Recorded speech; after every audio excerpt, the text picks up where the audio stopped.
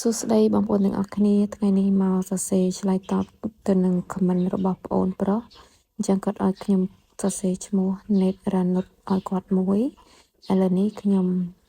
កំពុងតែសរសេរចា Net Ranut អញ្ចឹងបើអូនបានឃើញវីដេអូនេះហើយអញ្ចឹងអូនអាចចូលមក comment នៅក្នុងវីដេអូរបស់បងបាន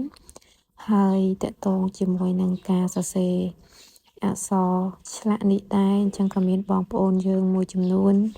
ចង់ឲ្យខ្ញុំបង្ហាញអំពីរបៀបធ្វើម៉េចទៅសរសេរអក្សរទៅស្អាតហើយបងប្អូនមួយចំនួនទៀតចង់ឲ្យខ្ញុំបង្រៀនចាខ្ញុំតាមពិតទៅខ្ញុំពីមុនខ្ញុំក៏អត់ចេះដូចគ្នាបងប្អូនទាំងអស់គ្នាដោយសារតែចង់អញ្ចឹងខ្ញុំព្យាយាមមើល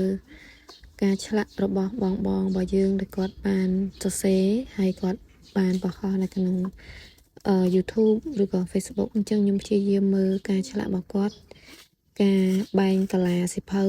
ក៏ដូចជាការទាញអក្សរពីលើចុះក្រោមឬក៏ពីឆ្វេងទៅស្ដាំពីណាទៅណាអញ្ចឹងណាបងប្អូនទាំងអស់គ្នាអញ្ចឹងយើងព្យាយាមមើលការទាញរបស់គាត់ហើយនៅក្នុងវីដេអូនេះដែរគឺមានតែប៉ុណ្្នឹងទេបងប្អូនទាំងអស់គ្នាអរគុណសម្រាប់ការទស្សនាវីដេអូនេះហើយបើសិនជាខ្ញុំមានពេលខ្ញុំនឹងព្យាយាមធ្វើវីដេអូបង្ហាញឬក៏បង្រៀនបងប្អូនទាំងអស់គ្នាដែលចង់ចេះចា៎អរគុណ